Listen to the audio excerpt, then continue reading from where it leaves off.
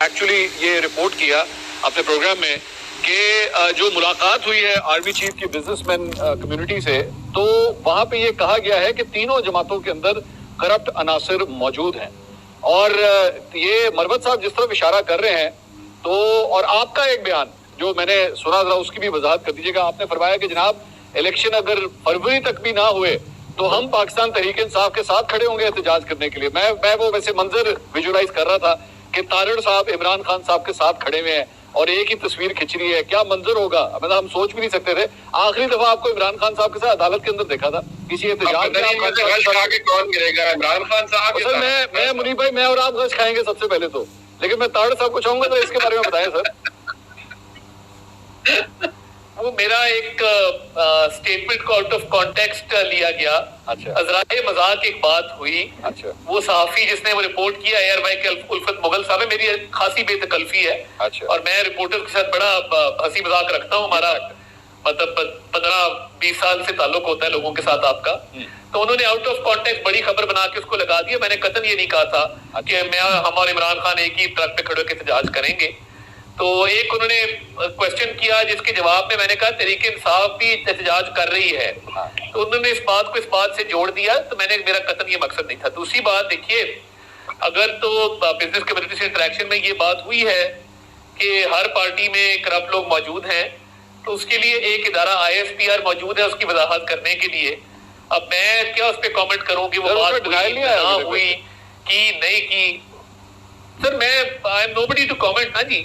एक army chief से एक बयान मंसूब किया जा रहा है और कहा जा रहा है कि उन्होंने कहा कि हर पार्टी में करप्ट लोग मौजूद हैं।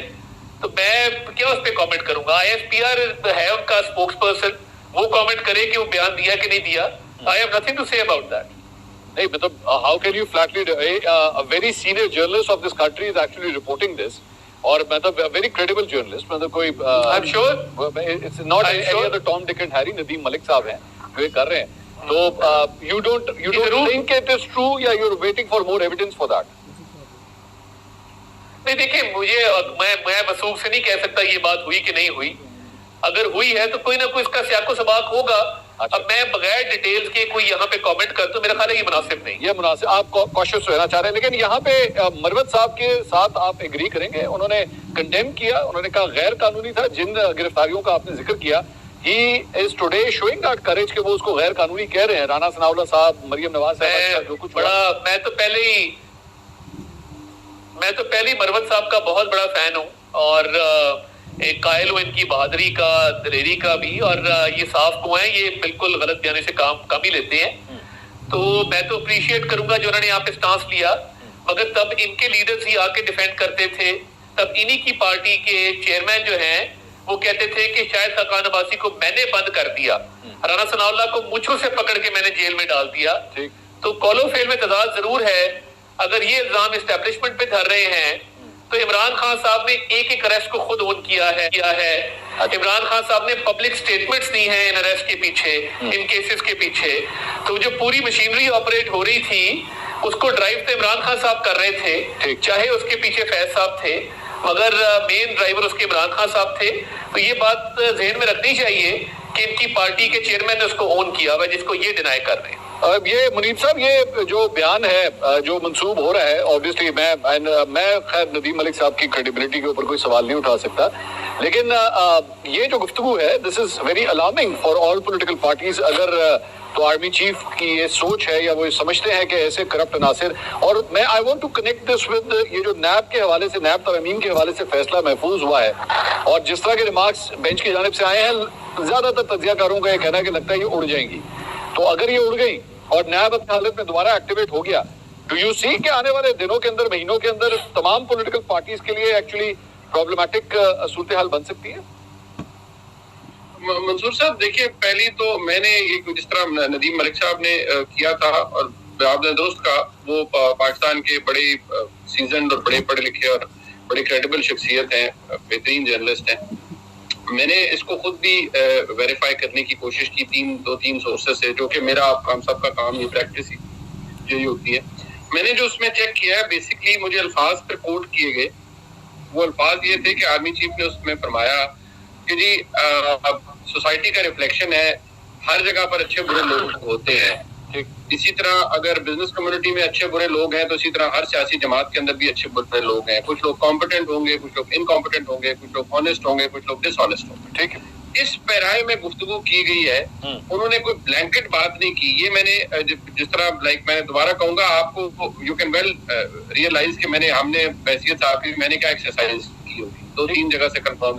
तो दीज वर दी एक्चुअल, हाँ, तो ये वर्ड्स उन्होंने कहा जाता है कि ये लफ्ज है और बिल्कुल ये फजूल बात है जो कि बताई जा रही है कि जी नहीं जी, उन्होंने कहा जी सारी सियासी जमातें करप्ट हैं। उन्होंने कहा जी इसको जरा कॉमन सेंस के तौर पे भी आप इसको एवेल्युएट करें कि आर्मी चीफ इस वक्त मुल्क में एक निगरान हुकूमत है। We are heading towards the elections तो होने हैं, तो इलेक्शंस की तरफ हमने जा रहे हैं। एक केयर टेकर डिस्पेंसेशन है। आर्मी चीफ बिजनेसमैन को बुलाकर और वहां पर बिठाकर उन्हें ये कह रहे हैं कि सारी सियासी जमातें करप्ट है, तो वो मैसेज क्या बाहर भेजेंगे? इतना कोई इतनी क्लियर किस्म की मिस्टेक तो नहीं हो सकती ना, या इतनी कोई फ्लैग्रेंट डिसरिगार्ड तो नहीं हो सकता कि वो डिसेंसी की चली जाए और हर चीज चला जाए और सारों को एक की ब्रश से पेंट कर दिया जाए। तो फिर मेरे लिए भी ये शॉकिंग था। तो फिर मुझे एग्जैक्ट वर्ड्स कोट किए गए कि नहीं जी ये कहा गया है और ऐसी कोई बात नहीं की सारे सियासतदान करप्ट हैं या सारी सियासी जमातें करप्ट।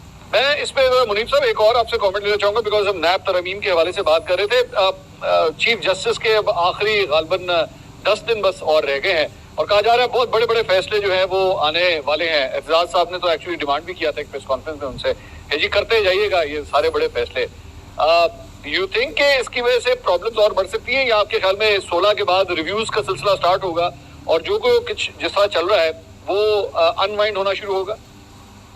देखिए, मेरा ख्याल है कि ये नैब वाला तो जो शॉर्ट एंड स्वीट ऑर्डर है ये तो आ जाएगा इन ऑल प्रोबेबिलिटी ये तो स्ट्राइक डाउन हो जाएगी। इसलिए क्योंकि ये पार्लियामान का बनाया हुआ कानून है।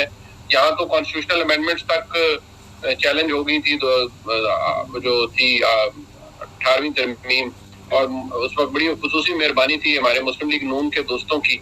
इन्होंने इफ्तिखार चौधरी साहब की मोहब्बत में ये तक करवा दिया कि मुझे तो वो याद आता है ना, तो मुझे कई दफा मैं कहता हूँ कि शायद इनको एहसास नहीं था।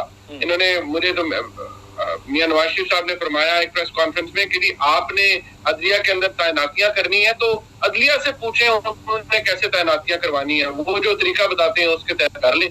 तो फिर